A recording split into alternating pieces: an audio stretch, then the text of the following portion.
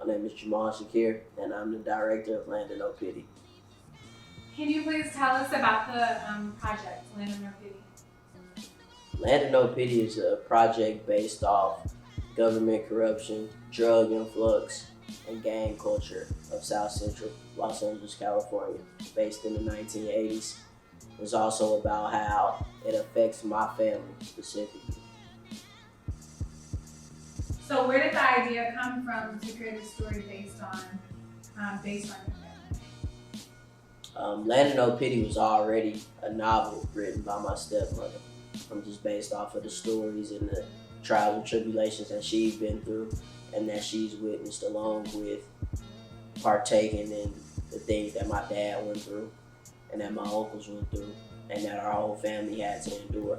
So, bringing the book to life was kind of almost like a unspoken question. I think with any project of this magnitude, bringing the literary form to a visual form is almost mandatory. How did you become the director of Land of No Pity? The reason why I became the director of Land of No Pity is because our family ties are so deep, our family roots are so deep in South Central that it was kind of only right. We're so personal with each other and the connection that we have. Everybody knows their role, everybody knows their strong suits. So, with film being one of my new found passions, it's kind of like it was a perfect opportunity. And with me being so connected with my dad, so connected with my uncles, um, I think that me portraying the film from my director's eye and with the assistance of him, we just continue to collaborate and make greatness. So before the film discusses obstacles that the Black community faced in the 1980s, do you feel like these issues are still prevalent now? The issues faced in the 1980s that the film highlight, yes, I still feel are prevalent today. I actually feel like it goes less noticed just because the masks that people wear that are still doing these things and the things that we're still encountering are hidden a little better today. But I also think it's worse because us as a race, us as Black people in the Black community, we are becoming further and further disconnected from the things that we had to endure, that our ancestors had to endure, that our lineage had to endure. So with more and more generations of us being born, the disconnect becomes further and further. Just because simply we're not that far removed from the things that brought us to these impoverished places and these unfortunate circumstances. So I think it's definitely time to create awareness for that and that these problems are still prevalent today. What do you feel is one of the biggest obstacles that the Black community is facing? One of the biggest obstacles I think that the Black community faces is lack of resources, for one. I think the resources that we have aren't equivalent to other races and other cultures. So how can we prevail and be on the same platform as those who are embellished with different opportunities? So what made you pursue filmmaking? I never really saw myself ever sitting in this seat. I've always been a football player and interested in like science and medicine and stuff like that. So I thought definitely sports medicine or football would be my pathway to my career. But things led in a different direction. So what actually led me to filmmaking was just starting a photography class in college. That was my first time ever picking up a camera outside of a phone camera. So with that, from there I started doing different behind the scenes things, then started creating treatments and writing scripts for music videos, and that kind of allowed me to explore my creative talent because I was more interested in creating something different, doing something outside of the box, something outside of the normal drugs, money, girls, and guns. So my music videos that I captured and wrote treatments and scripts for were more so on the cinematic storyline side of things. So that kind of allowed me to get in and tap into my creative side. So that's how I became a filmmaker. And so now that you are in this industry, what's your drive to continue? My drive to continue in this industry is just to be able to create a platform. I feel like this platform that I'm trying to obtain and trying to reach is a platform that will be heard and seen.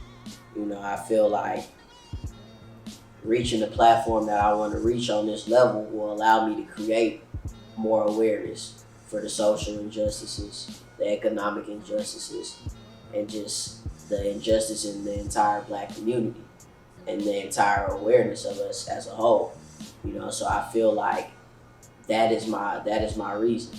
You know what I'm saying? That's the reason why I want to continue filmmaking, is because I can use this as a platform to create awareness in a way that my people and my community can relate to. And so what's after awareness? You know that awareness isn't enough.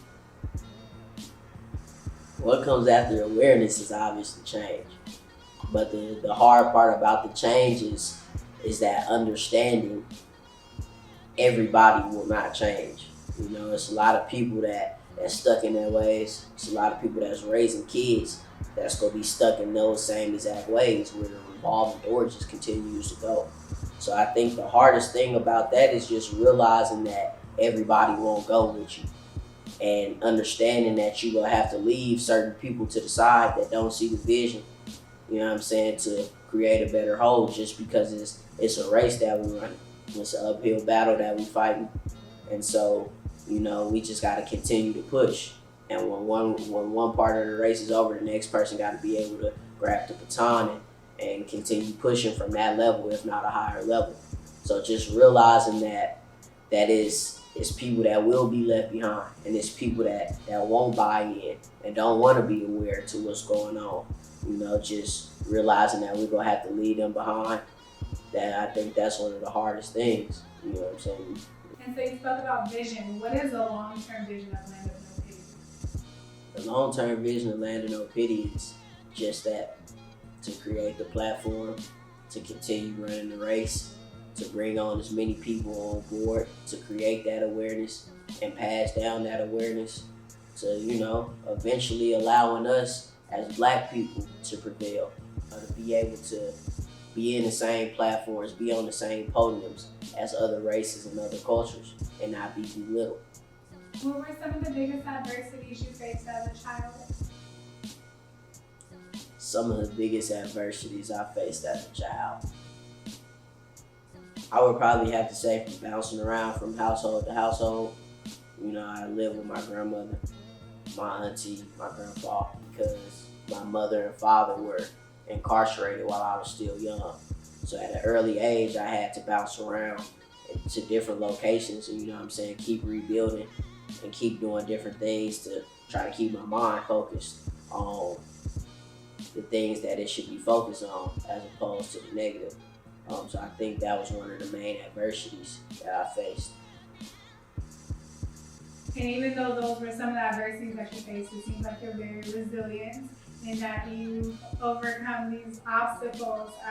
So what has been the biggest inspiration in your career to keep persevering and pushing forward? My biggest inspiration to continue striving and being the best that I can be is looking at the examples I had around me. You know, a lot of the examples I had around me weren't your typical mentors that a lot of people see. You know, like being in the environments that we were in, you know, being indulged in the lives that we were indulged in, it's kind of like allowing yourself to open your mind and not wanting to be like the people that raised you, not wanting to be like the people that you saw every day coming to and from school and that you surrounded yourself with. So I kind of use that as inspiration and motivation to just be better. You know what I'm saying? It's not a negative knock to anybody that I'm around because I'm a product of that environment as well. but I just used them as a stepping stone and a stepping ladder and kind of piggybacked off of the things that they were doing to understand that, I gotta do more, because I got a lot of people counting on me. So since you've been climbing this ladder of success, what do you feel to date at 21 has been your biggest accomplishment, achievement? I think my biggest accomplishment and achievement is just simply being here and being in the place that I'm in right now.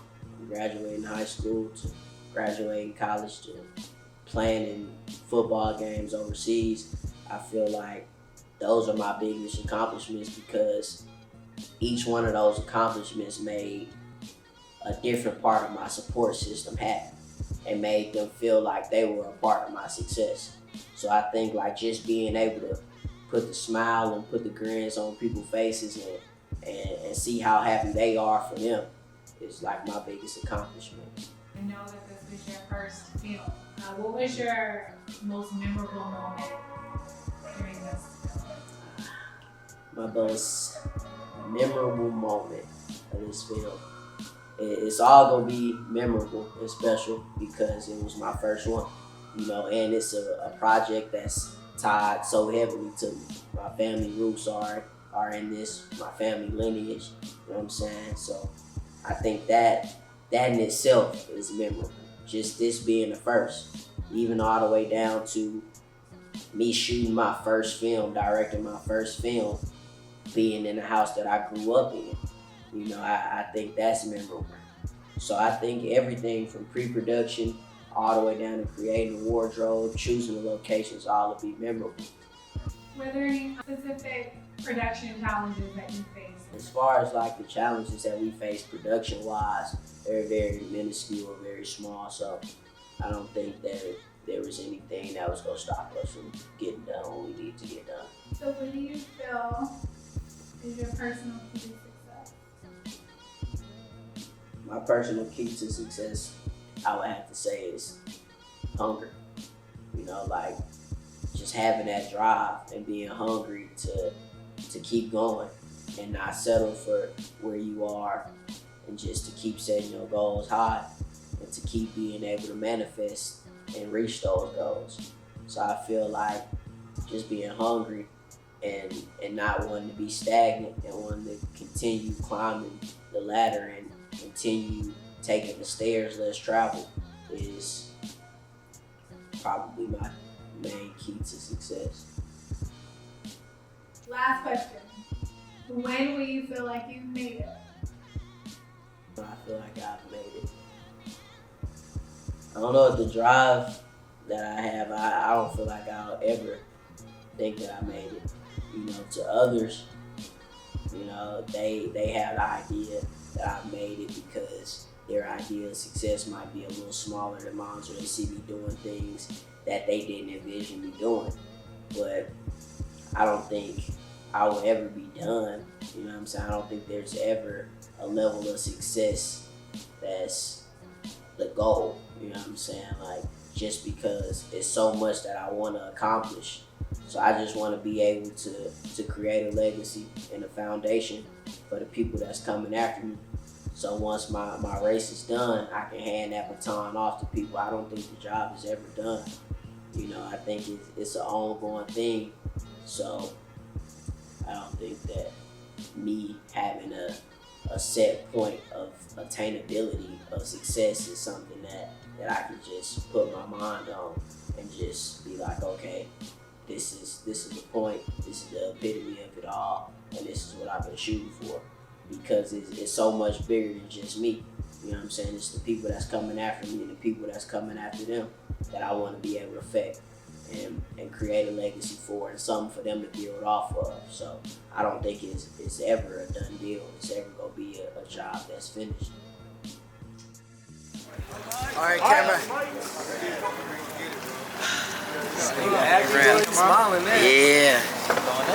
Hey, man, I appreciate it. Lifesaver. The real lifesaver. My director, co-director. Video too short to soon to a series. Exactly. That's cool. You better let him know. I think it's inside.